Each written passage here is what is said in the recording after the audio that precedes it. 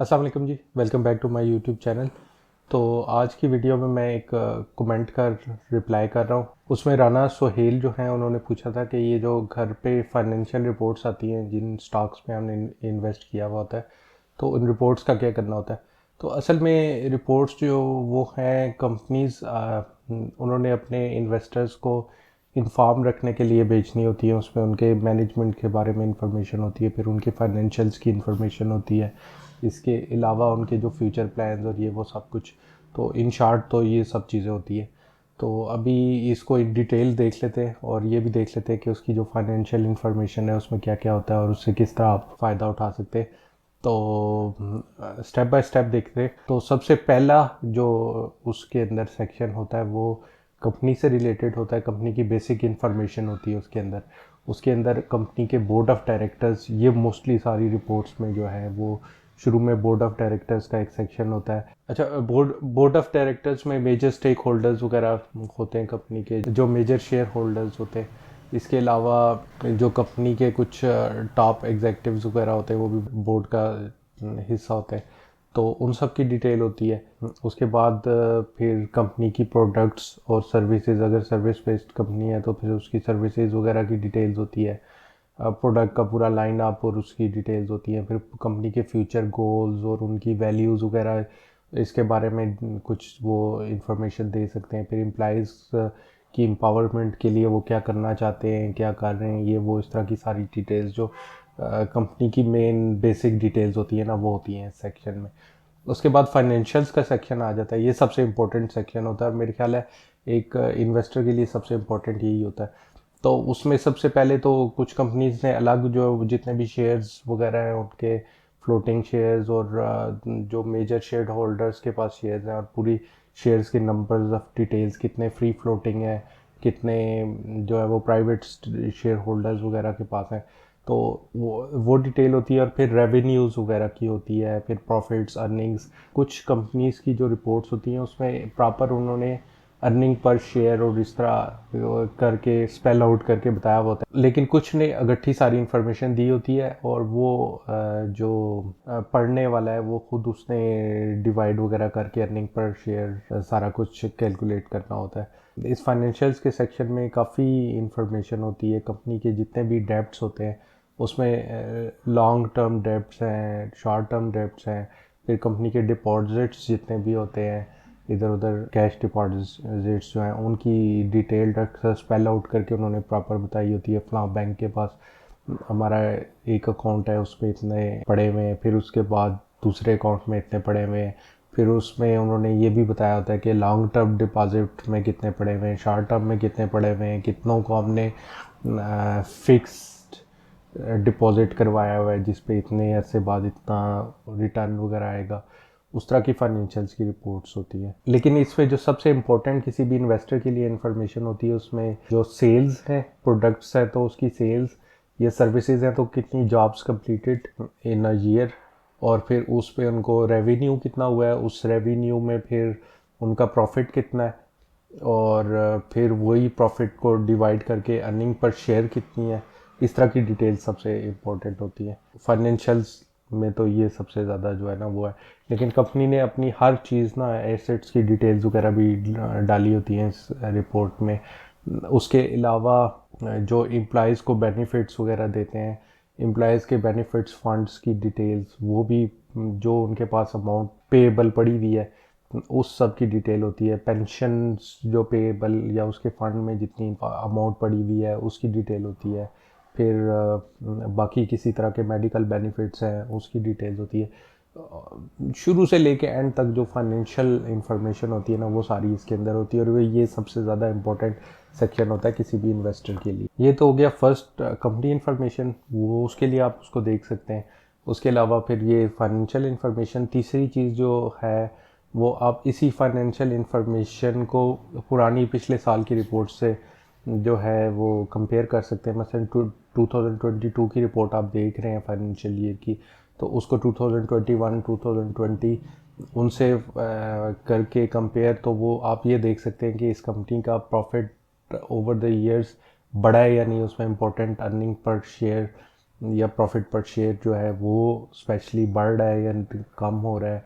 फिर इसके अलावा जो कंपनी के रेवेन्यूज़ हैं वो किस तरह चल रहे हैं, और उनकी प्रोडक्शन कम हुई है, ज़्यादा हुई है, सेल्स बढ़ी हैं, कम हुई हैं, या सर्विस बेस्ड बिजनेस है तो उसने जो जॉब्स कंप्लीटेड या जाके उन्होंने जो जी सर्विसेज दी हैं तो वो उनकी अमाउंट बढ़ी है, कम हुई है।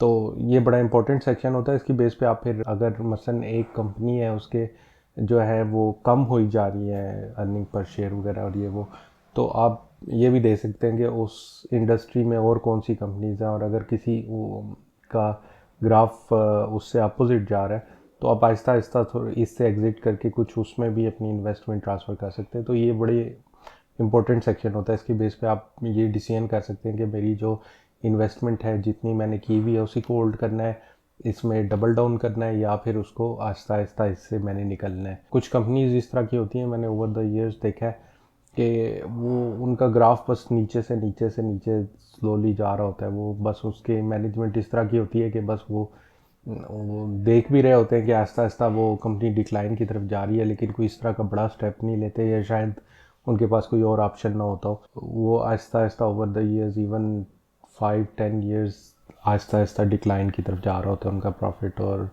नीचे से नीचे जा रही होती है। शायद उनका वही पीआईए वाला हाल होता हो, जिस तरह पीआईए को अब सब देख रहे हैं कि वो आहिस्ता आहिस्ता नीचे जा रहा है, लेकिन कोई उसके लिए कुछ कर नहीं सकता।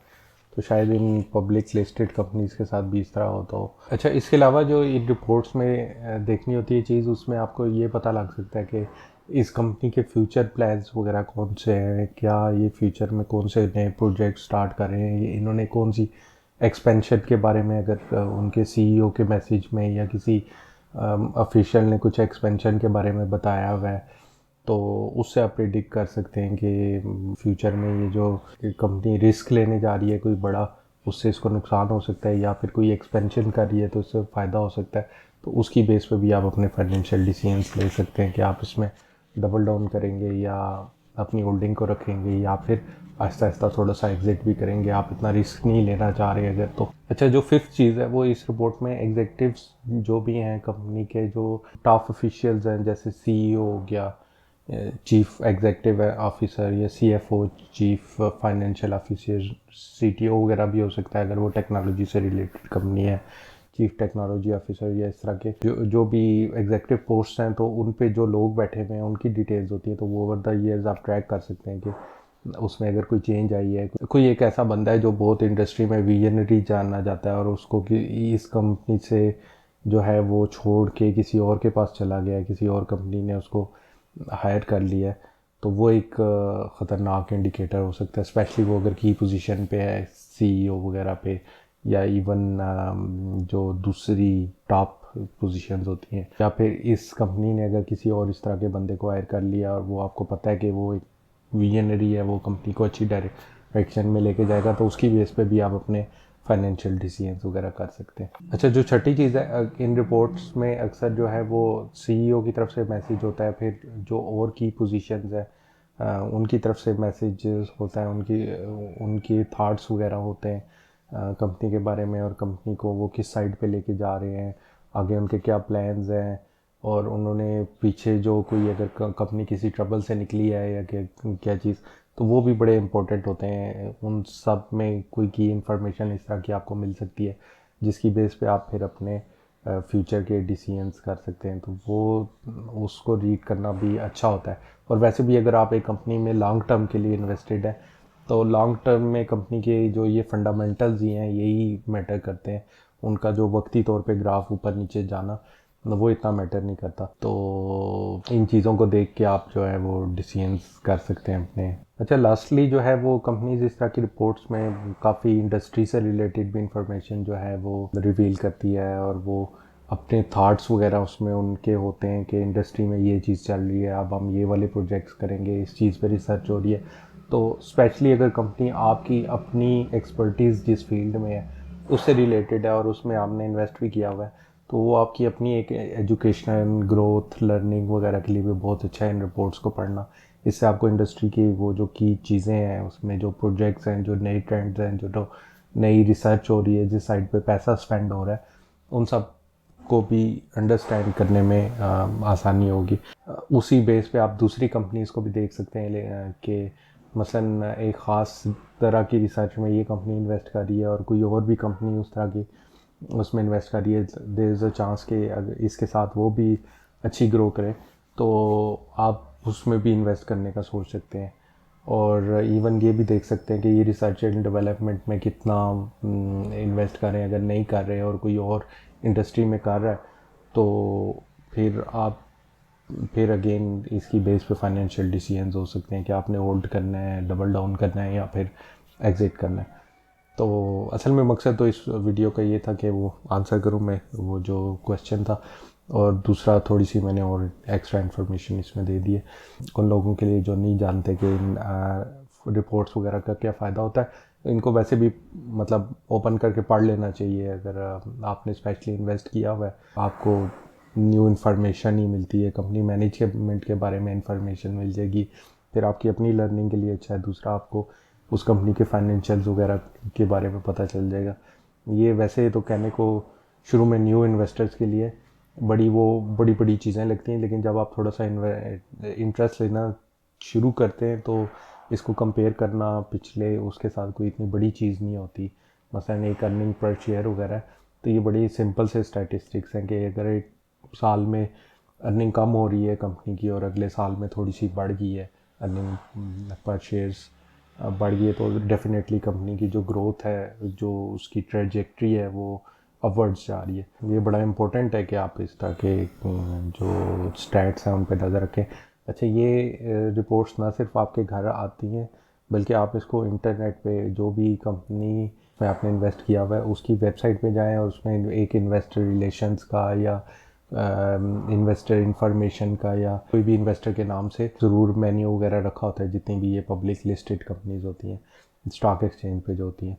तो इनकी वेबसाइट्स वगैरह से भी आप ये PDF फॉर्मेट में डाउनलोड करके रिपोर्ट्स जो हैं वो सारी पढ़ सकते हैं। आपने जिन जिन शेयर्स में इन्वेस्ट किया हुआ है आपको चाहिए कि जाके उनकी रिपोर्ट्स डाउनलोड करें, पढ़ें। वो इवन एक कंपनी ने कुछ इन्फॉर्मेशन दी होगी, दूसरी ने कुछ दूसरा तरह की इन्फॉर्मेशन दी होगी, तो आपको हमेशा लर्निंग का उससे जो है ना काफ़ी मौका मिलेगा।